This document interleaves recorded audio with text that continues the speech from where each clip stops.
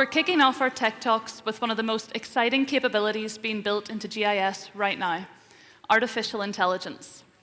In this session, you're going to see AI being used in really practical ways, from capturing data in the field to exploring maps and performing analysis, tasks that many of you in the room carry out on a day-to-day basis. AI is all about making GIS tasks faster, smarter, and more intuitive. So let's find out how you can do just that. Please take it away, Margaret Browne and Carey.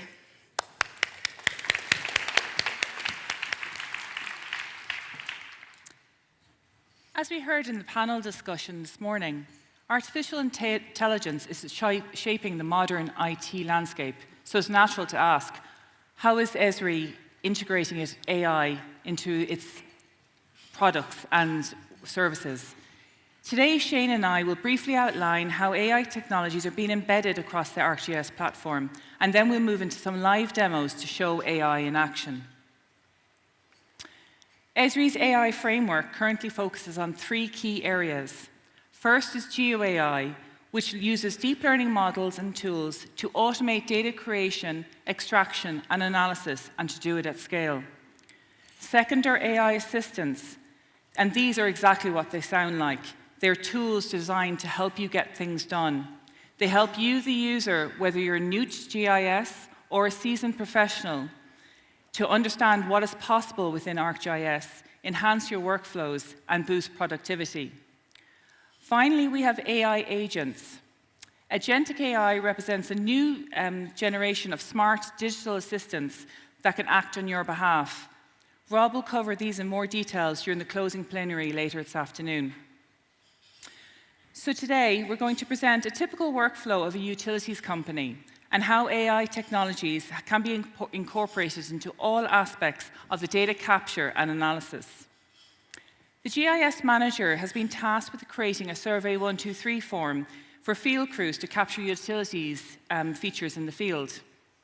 When creating the survey, the GIS manager uses OpenAI and natural language prompts to instruct the survey to extract features from a photo taken in the field. For example, the prompts could be, for pole condition, is there ivy growing on the pole? Or does the pole have a transformer or other utility features? Once the survey has been published, it's over to Shane to see how this works in practice when a crew has been tasked with capturing these utilities in the field. As you can see from this photograph of a typical pole, it is clear of ivy, and it contains several utility features. Great. Okay, so imagine you're in the field, it's a typical Irish day, miserable, your hands are cold and wet. Instead of having to type in details of pole conditions, you could now just take a simple photo. Now, with new computer vision technology in Survey 123, we can extract information directly from the photo and auto-populate the fields. So, as I upload the photo the Mags just showed, pay close attention to the fields that are being populated. The amazing thing here is we're now using object detection to extract these features and place them in the Survey 123 form. As always, the aim is to achieve the highest quality at the point of data capture. And as you've just seen, the application of AI supports this. Once the data has been submitted in the field, the operations manager wants to quickly interrogate the data. In the interests of safety and planning, the manager wants to identify which poles are covered in ivy. This will allow them to determine which tasks need to be assigned to their field crews first. For this, they're using an instant app with the Data Explorer template, which applies AI-powered natural language GIS technology. Righto. So in this instance app, the web map contains one layer, our pole survey data that was used in the previous Survey 123 form.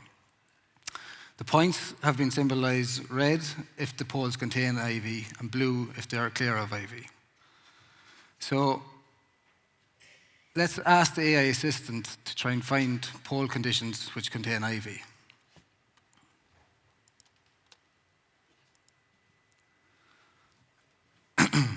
A large language model interprets the question.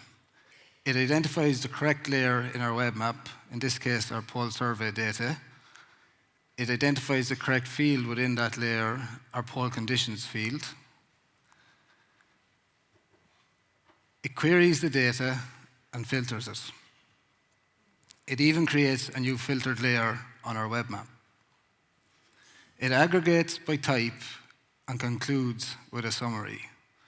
We can now see our filtered layer on our web map, and we can further interrogate it by opening its attribute table and verifying that we've actually selected the poles which contain ivy. To keep the human in the loop, we can view the database query that was used to select this data behind the scenes by clicking on this Show Steps button. So using natural language, the operations manager was able to determine which poles needed attention and assign the field crews accordingly. Finally, the GIS manager has been asked to report on the extent of power lines that are being impacted by trees. To achieve this, we'll use AI Assistant within ArcGIS Pro to help us find the right tool to extract power lines from LiDAR data, which TransLink have kindly shared with us for this demonstration. Okay, great. So in the interest of time for this demo, I've already asked AI Assistant to pull out the correct tool in order to extract power lines. I've modified the parameters and ran the tool. The power of the AI Assistant is that it can use our natural language prompt to find the correct geoprocessing tool out of the 2,000 or so that are available to us within ArcGIS Pro. So now that we have our outputs, our results from the outputs from the geoprocessing tool, let's try and symbolize this layer to make it a bit more visually appealing. So I might need some help when I'm typing.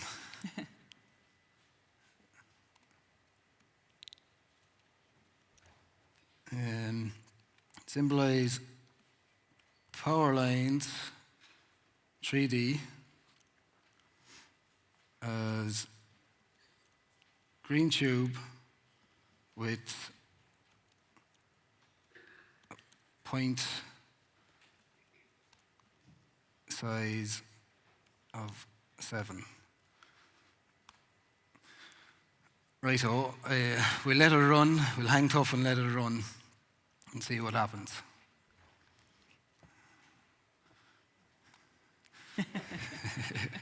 We might need 2 Hail Marys, I'm not sure just yet.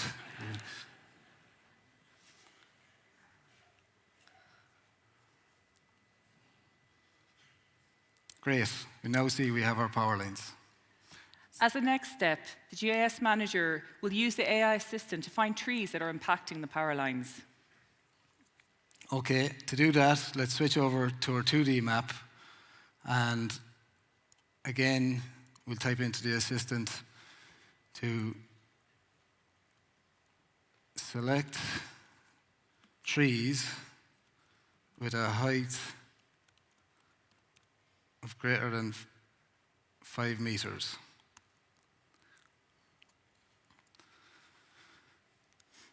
And again, we'll hang tough and let it run. So we'll definitely need a Hail Mary this time.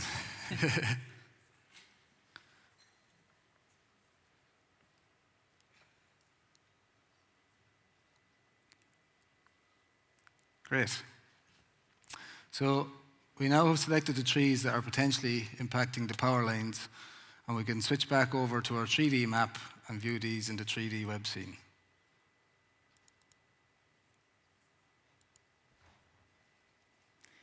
In this final demo, the AI Assistant within ArcGIS Pro was able to assist the GIS manager to extract power lines from LiDAR data, to symbolize the output and identify trees that may be a potential hazard in a matter of minutes.